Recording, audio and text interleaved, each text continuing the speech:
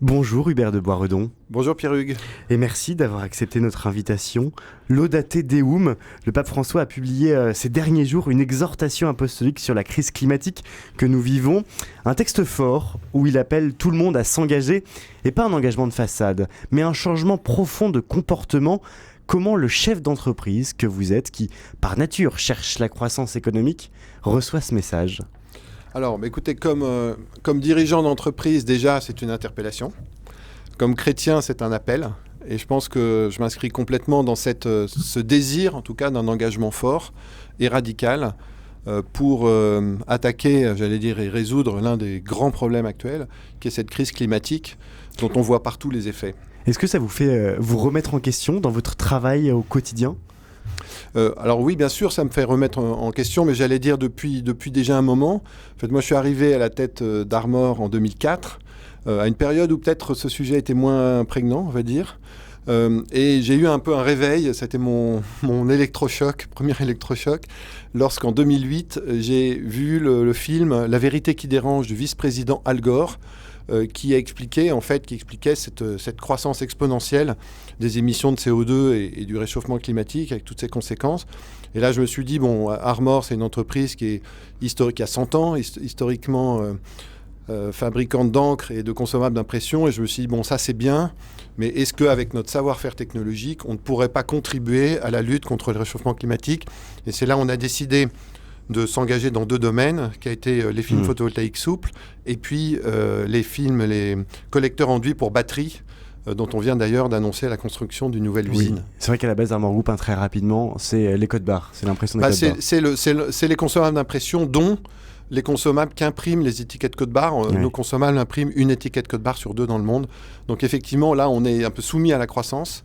Et en même temps, tout l'enjeu, c'est en parallèle, de développer autre chose, un complément pour contribuer à la transition énergétique. La logique du profit maximum au moindre coût, déguisée en rationalité, en progrès et en promesses illusoires, rend impossible tout souci sincère de la maison commune, écrit le pape François, et toute préoccupation pour la promotion des laissés pour compte de la société.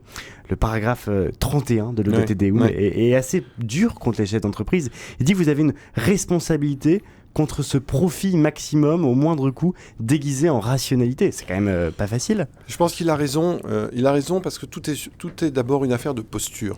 Moi, ce qui me choque souvent quand je rencontre certains dirigeants, même de très grands groupes, engagés dans l'énergie, par exemple, c'est de percevoir qu'il n'y a pas que cet état de la Terre ne les préoccupe pas. En tout cas, ils ne transmettent pas cette préoccupation, même ce souci, voire cette souffrance de l'état de la Terre, en disant on va tout faire pour trouver des solutions parce que ça les concerne personnellement. Je pense qu'un tout dirigeant d'entreprise doit être concerné par ce qui se passe, que ce soit l'état écologique de la planète ou la pauvreté. Après, évidemment, il y a des contraintes. La contrainte, c'est qu'une entreprise doit être rentable. C'est que si on ne génère pas de rentabilité, on ne peut pas générer d'emploi, etc. Mais c'est comment trouver cette ligne de crête entre une rentabilité nécessaire, des projets, mais aussi cette compassion, cette sympathie avec le monde. Vous avez décidé d'ailleurs de prendre la plume, Lucille disait, pour écrire un livre. Le moteur de ce livre, c'est un discours. En mai 2022, dans la prestigieuse salle Gaveau à Paris, au moment de leur remise de diplôme, 8 jeunes diplômés d'AgroParisTech, une école d'ingénieurs, montent en file indienne sur la scène. Pendant 7 minutes, ils appellent à la désertion. Écoutez. Quelle vie voulons-nous ? Un patron cynique ? Un salaire qui permet de prendre l'avion ? Un emprunt sur 30 ans pour un pavillon ? Même pas 5 semaines pour souffler par an dans un gîte insolite ? Un SUV électrique, un Fairphone et une carte de fidélité à la Biocop ? Et puis, un burn-out à 40 ans ? Ne laissons pas filer cette énergie qui bout quelque part en nous. Désertons avant d'être coincés par des obligations financières. N'attendons pas d'être incapables d'autre chose qu'une pseudo-reconversion dans le même taf, mais repeint en vert. Vous pouvez bifurquer maintenant. À vous de trouver vos manières de bifurquer. Désertons. Les mots sont francs. Les mots sont durs. Est-ce qu'il faut déserter ?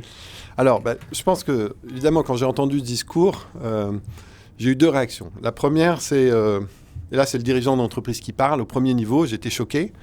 J'étais choqué de me dire, ces jeunes, ils ont la chance d'avoir un diplôme et d'une certaine façon, ils appellent à déserter. Est-ce que c'est pas un peu un réflexe de riches, d'enfants gâtés qui, quelque part, ont tout et se permettent de déserter ou de quitter ce qu'ils ont reçu ? Ça, c'était ma première réaction. Et puis après, en prenant le temps du recul, aussi de rencontre de certains de ces jeunes, ce que j'écris dans le livre, je me suis rendu compte qu'au fond, leur diagnostic, par certains égards, est très juste. C'est-à-dire qu'il y a quelque chose qui cloche aujourd'hui. Et en fait, ce qu'ils disent, c'est à nous et à chacun de trouver sa manière de bifurquer, de déserter, et je rajoute, ou de s'engager. Et c'est ça qui est très intéressant dans votre livre, c'est qu'en fait, c'est pas déserter ou s'engager. Non. En fait, c'est s'engager quoi qu'il arrive, mais l'engagement peut être une désertion. Voilà, ce que je veux dire, c'est qu'on peut stigmatiser les jeunes qui disent on déserte sans se rendre compte qu'au fond, alors puisqu'on est chez RCF, de certaine façon, les mêmes personnes, on peut avoir le même sentiment d'admiration pour un jeune qui dit je rentre au monastère, qui de fait déserte un système pour aller vivre une radicalité, mais par contre est extrêmement choqué d'un jeune qui dit moi je quitte une banque par exemple pour aller me former comme charpentier ou me former pour aller faire un métier agropastoral en montagne, et on va se dire c'est dommage, il rate sa carrière, etc. En fait c'est parfois le même mouvement, c'est avoir soif d'une radicalité, d'une intériorité, d'espérer être le signe d'un autre système possible où le respect de la terre, où des relations équilibrées entre les personnes sont possibles, où il y a un autre rapport à l'argent. Et moi, ce que je trouve intéressant dans cette révolte un petit peu des jeunes, c'est qu'ils viennent nous interpeller sur quelles sont nos valeurs. Est-ce que nous sommes libres par rapport au système aussi ? Je crois que l'invitation, c'est à s'engager, effectivement, mais en étant libre par rapport à certaines choses qui sont plutôt, qu'on va appeler de l'ordre de l'ego, qui sont l'attachement au pouvoir, à l'argent, à son image. Finalement, pourquoi on s'engage ? Au service de quoi ? Pour qui ? Voilà, ça c'est des vraies questions. Et d'ailleurs, Hubert de Boisredon, vous-même, vous avez déserté et puis vous êtes revenu. Vous étiez parti au Chili faire du microcrédit et vous êtes revenu après dans une entreprise du CAC 40. C'est une entreprise qui maintenant s'appelle Solvay. Ouais. Vous avez déserté et puis vous êtes réengagé. C'est étrange. Oui, parce qu'en fait, je pense que c'est...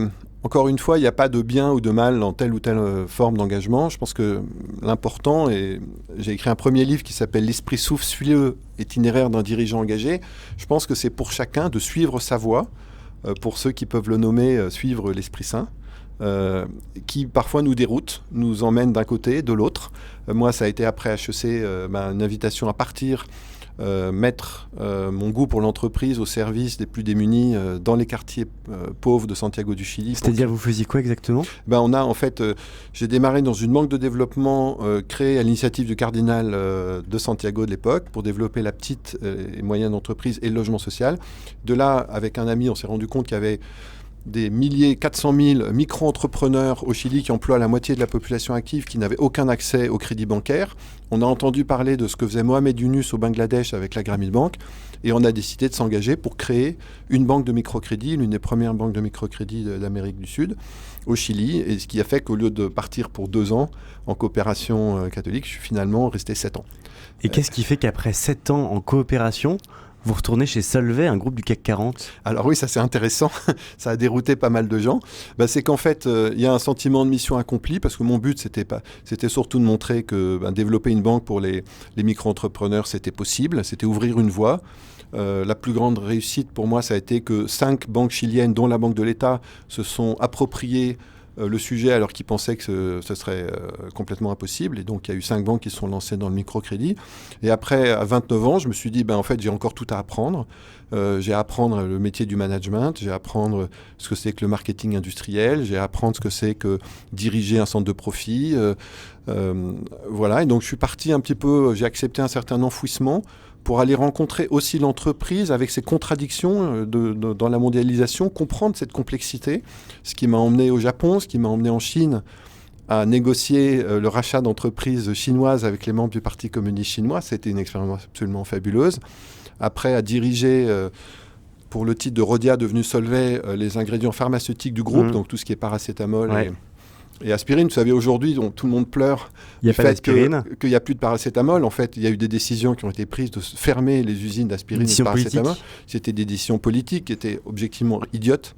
on a tout délesté aux Chinois, et maintenant on dépense des dizaines et des dizaines de millions d'euros pour... A posteriori, quel sens vous mettez à cette transition de ce qui s'apparente à un engagement que toute la société verra comme formidable, oh là là, vous faites du microcrédit au Chili, c'est formidable, à être cadre chez Solvay?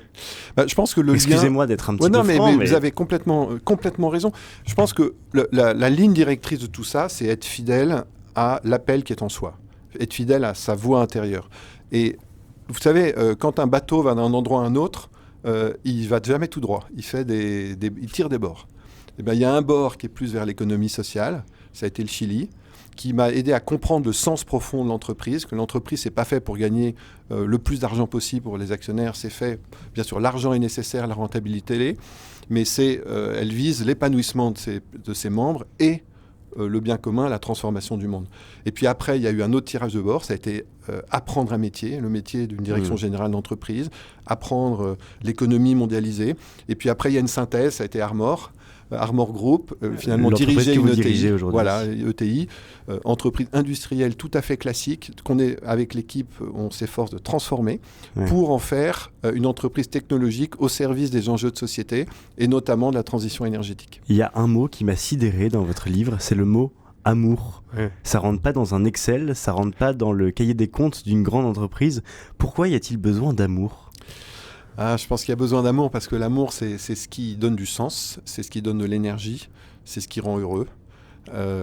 Et je pense qu'un des problèmes aujourd'hui dans l'économie de l'entreprise, c'est qu'on met l'amour de côté, on le réserve à la sphère privée. Ça déshumanise l'entreprise ?